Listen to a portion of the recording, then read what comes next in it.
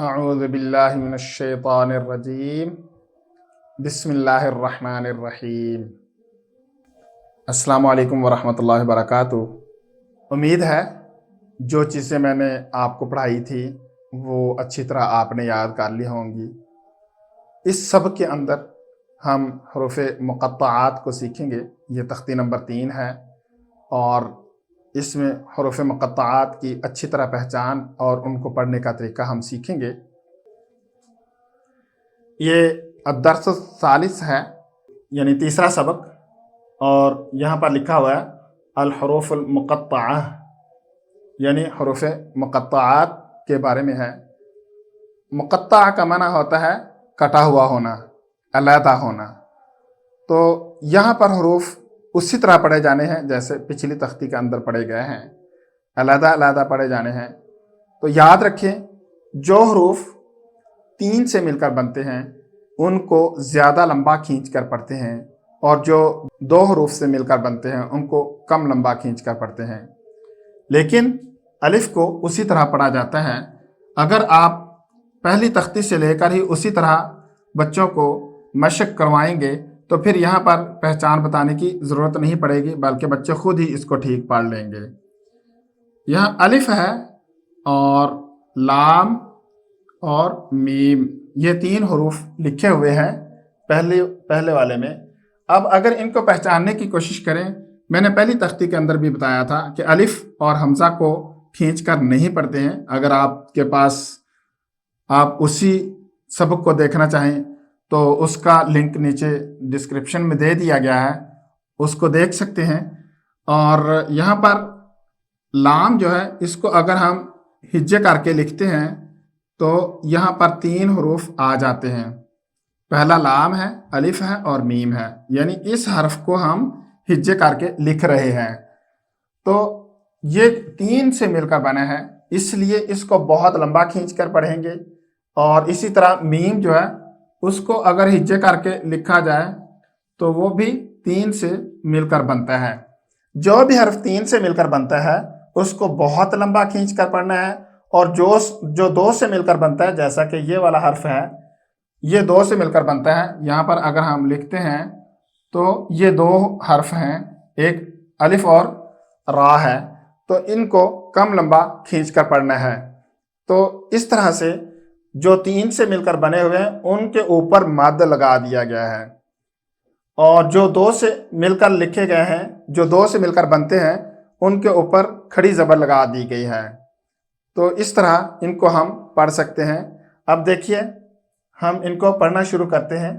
الف لا، اس کو ناک میں نہیں پڑھنے دینا۔ تو آپ نے اسی طرح بچے کو سمجھانا ہے، لا نہیں کہنے دینا، لا کہنا ہے۔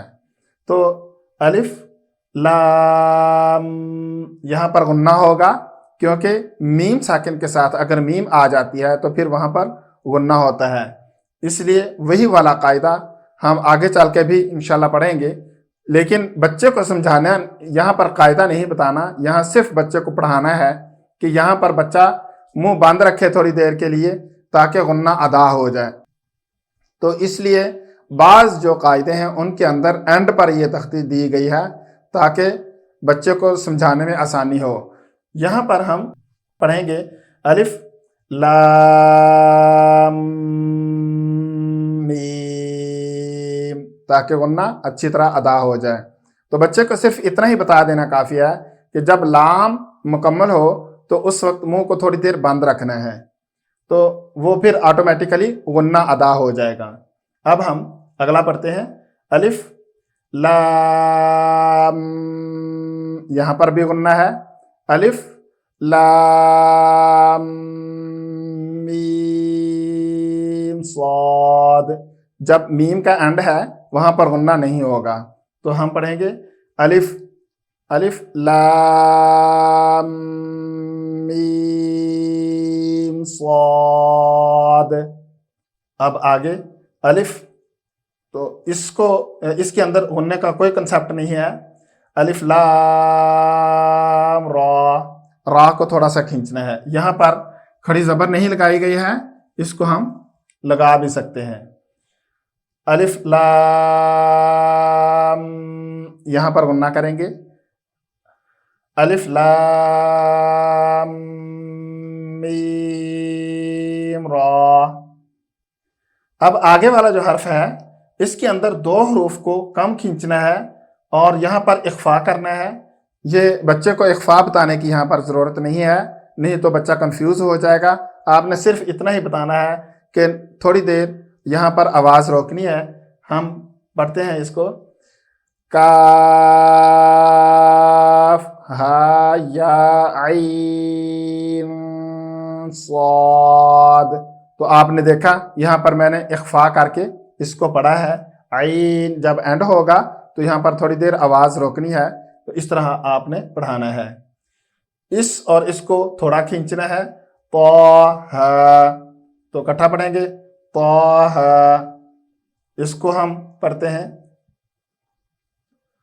طاسیم میم۔ اس کو ہم سین نہیں کہیں گے، سین نہیں کہیں گے۔ اس کی آواز ناک میں جب لے کر جانی ہے تو وہ میم کی لے کر جانی ہے۔ یہاں پر کیونکہ ادغام ہو جاتا ہے وہ نون کی آواز ختم ہو جاتی ہے، تو ہم پڑھیں گے طاسیم میم۔ اب یہاں پر سین کی پوری آواز آئے گی، طاسین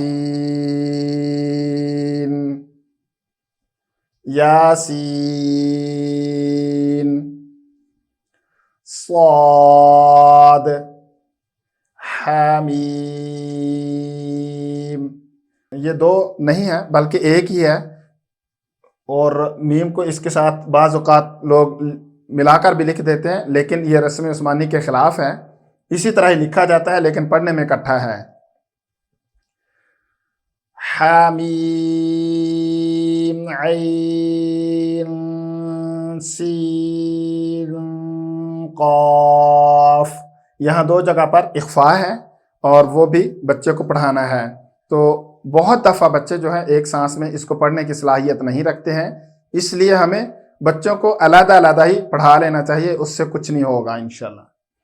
تو ہم بچے کو یہ علیحدہ، اور پھر اگر اس کو اکٹھا پڑھ سکتا ہو، یعنی اتنا بچے کا سانس ہو تو ٹھیک ہے، اگر نہ ہو تو پھر بچے کو یہ والے حروف بھی علیحدہ علیحدہ پڑھائے جا سکتے ہیں۔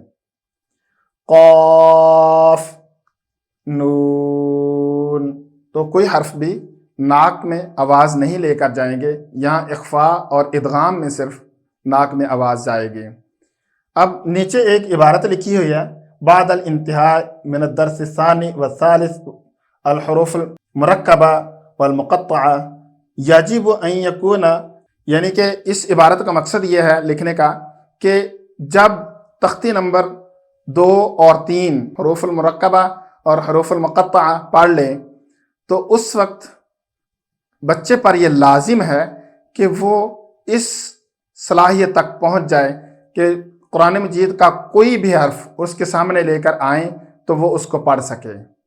یعنی یہاں تک جب یہ سارا پڑھ لیا تو اس وقت بچے کے سامنے قرآن مجید کا کوئی بھی صفحہ لے کر آئیں تو وہ اس طرح سے اس کو پڑھ سکے جیسے یہ والا حرف ہم پڑھتے ہیں تا میم تا، مطلب اس کے اوپر جو حرکات یا تشدید یا جزم وغیرہ ہے اس کے بغیر جو حروف لکھے گئے ہیں وہ سارے کے سارے حروف کی پہچان بچے کو اچھی طرح ہو جانی چاہیے۔ اگر وہ بچہ اب بھی یعنی تختی حروف المقطعہ پڑھنے کے بعد بھی بچے کے اندر یہ صلاحیت پیدا نہیں ہوئی تو پھر آپ اس کو دوبارہ شروع سے ان تختیوں کو یاد کروائیں تاکہ بچہ ان حروف کو پہچان کرنے کی پوری صلاحیت رکھتا ہو، تو اس وقت آپ اگلی تختی پر لے کر جائیں۔ امید ہے اس سبق کے اندر جو چیزیں میں نے آپ کو بتائی ہیں پوری اچھی طرح سمجھ لگی ہوں گی۔ کوئی چیز اگر آپ کو سمجھ نہ لگے، اس کے علاوہ اگر آپ کو کہیں پر ہماری مدد کی ضرورت پڑتی ہے تو ہم انشاءاللہ حاضر ہیں۔ اگلے سبق تک کے لیے مجھے اجازت دیجیے۔ السلام علیکم ورحمۃ اللہ وبرکاتہ۔